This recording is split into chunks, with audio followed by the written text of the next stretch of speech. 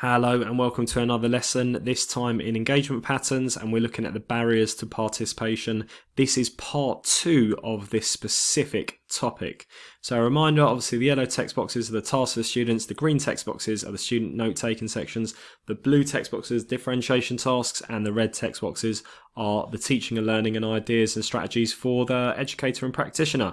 So a reminder in terms of what the syllabus is requiring from us here, we need to ensure that we've got an understanding of the different barriers to participate in sport. And in part 1, we looked at some of those barriers already. And then can we kind of recognise the factors and also sort of how do they impact on participation in different social groups.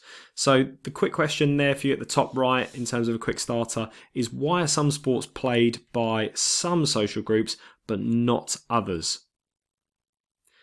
Okay, so hopefully you've answered that question, and when we think about that, we think about the different barriers, and ultimately each sport will have different barriers attached to it. And if we look at some sports in particular, might be played by various social groups, that can be due to the accessibility, availability, as we looked like. But what we're going to look at is a bit more deeper in regards to things like sexism, stereotypes, and how that has had an impact in regards to some social groups not being involved in some specific sports. So if we look at that key word in terms of sexism first and foremost, this is this idea of a belief that one sex, and normally, not always, but usually it's males that are naturally superior to others. Okay, so it's this idea of where we have one gender type which is seen as being more superior compared to another. And this can lead obviously to things like stereotyping, okay, and prejudice and discrimination. So this idea of where the way we behave towards other people is this unfair treatment in essence. And this can also be known as things or known as gender bias, of where one gender type has what we feel as though a sort of a preconceived opinion of the other gender type, for example, okay? And if we think about the prejudice in terms of that as a key concept, it's exactly that, this preconceived opinion that is not based on any real or factual experience or actual experience or factual experience. So that's where that discrimination comes about, this unfair treatment for no apparent reason. So again, pause your video here. Can you think of any examples of sexism in sport? So where there is unfair treatment, perhaps between gender types. I think the prime example, one of them you may have mentioned, would be things like tennis, where obviously males and females both play tennis, but there are definitely disparities, there are definitely changes in regards to the two. Males, for whatever reason it is, in terms of probably historical aspects, okay, still earn more money and more prize funding in comparison to females in tennis.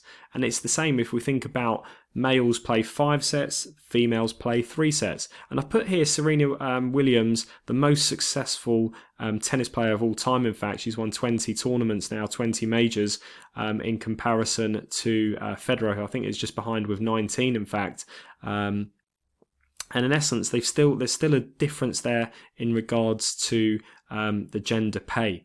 Other examples exist, such as, for example, golf. Golf used to have lots of members and membership courses that were male only. And that has only changed in the last sort of 10, 15, 20 years, of where females are now allowed into the club and allowed to play golf as well. And all of that comes back to the historical aspects in terms of these sports. Okay, so and you'll be looking at that at A level if you do carry this topic on to A level.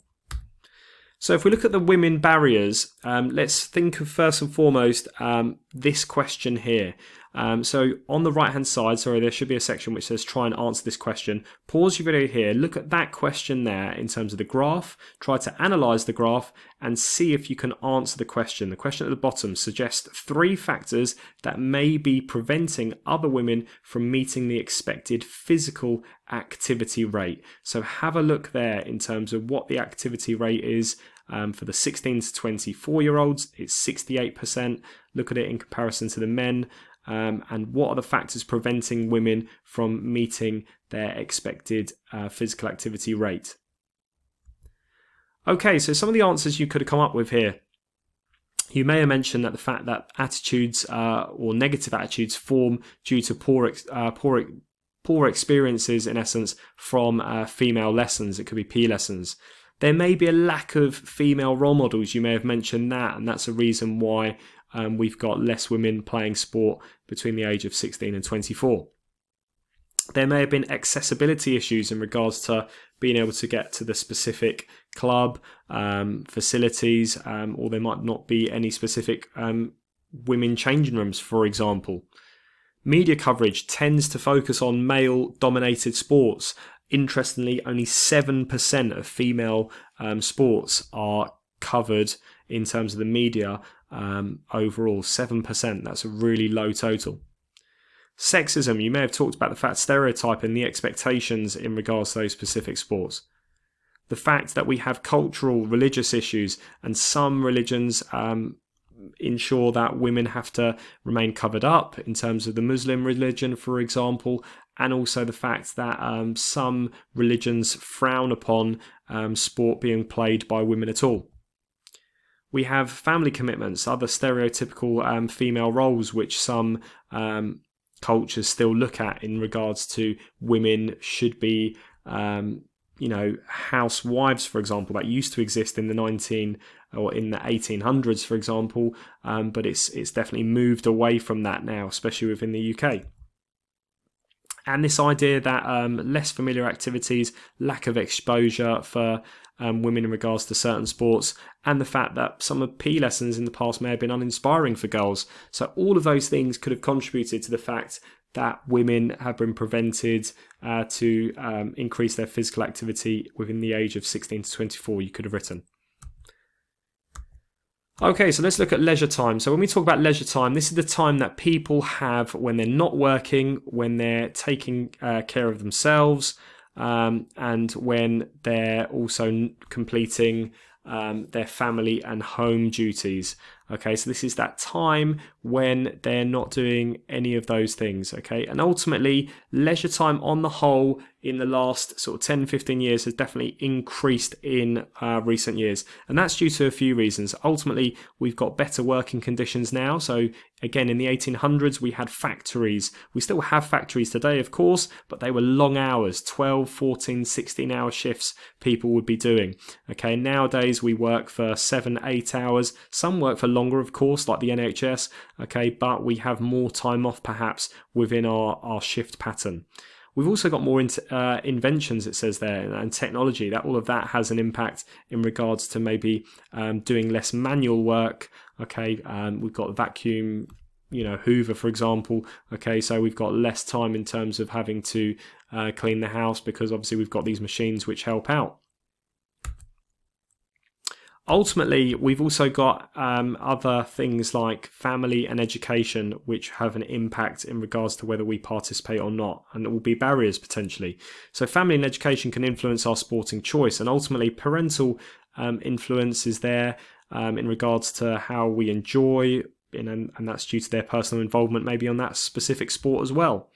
PE lessons obviously introduce different activities, and they might inspire us to continue hopefully in lifelong participation, but we need to know what PE lessons they are, and ultimately some PE teachers might have specific preferences. The curriculum changes over time and changes every few years depending on which government's in office, and ultimately each school will have different facilities that can have an impact in regards to what sport we play. Again, pause your video here. Think about your own experience at school. Has it influenced your sporting choices? Okay, so hopefully you've answered that question honestly. I think back to my childhood, and I think back to my specific school. Had good facilities. On the whole, it's got even better facilities now. But ultimately, we didn't, for example, play much rugby. And I missed out in regards to playing rugby. Enjoy teaching it now as a PE teacher, but ultimately that had an influence on my sporting choices. We played a lot of cricket and a lot of football, and I carried that on in my lifelong participation. But I missed out on the rugby aspect because I wasn't involved, and it wasn't involved in our school curriculum that much. And that may have been due to the teacher preferences in regards to what they were teaching us. When we think of disposable income, we're talking about money here. So how much money and income we have available to be spent, and how much we can save as well for that particular person. This can have a big impact, as it says there, on certain socio-economic groups, because money ultimately has an impact in regards to what facilities, what equipment we have available to us. And if we think of lower socio-economic groups, so those that are less well off, okay, ultimately they have to maybe work longer hours. They may have to work more hours, and ultimately that might limit the amount of leisure time that they have available to them. Some activities are associated with certain socio-economic groups. Okay, so if we think of the rich or we think of the poor, then maybe we can associate certain sports with that. Again, on that, just try and pause your video here. Can you think of some sports which might be more associated with the highly economic group? Okay, socio-economic group. So we're talking sort of the more affluent, richer people, and then think about the low economic groups, so those that don't have much money. What sports are related to them? So hopefully you come up with a few examples. Notoriously things like golf and polo, for example, would be associated with the more affluent, the higher socio-economic groups. And ultimately that is because, in terms of horse riding, for example, that's big business. That costs a lot of money to own a horse and to maintain a horse, for example. Golf, in terms of the equipment required in regards to the membership, access to certain or to lots of courses, all of that requires lots of disposable income. On the other hand, football, for example, yes, it's got a huge participation among all socio-economic groups, but ultimately it has been seen in the past as a working class sort of sport, and it's more accessible to anyone because ultimately all we need is a little bit of space, we need a football, and we are good to go. So those sports on the whole can be influenced by the socio-economic depending on the disposable income. When we think of this word inclusivity, we're talking about including everyone, and sport on the whole wants to try and ensure that it includes everyone, and each sport will have its own way of doing that, and sports sometimes have to change. They have to adapt to ensure that they include as much participation as possible.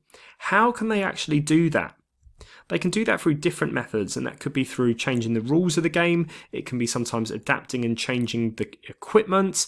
It might be changing the format or the size of the pitch or the court, or even just designing a whole new sporting concept within that sport overall.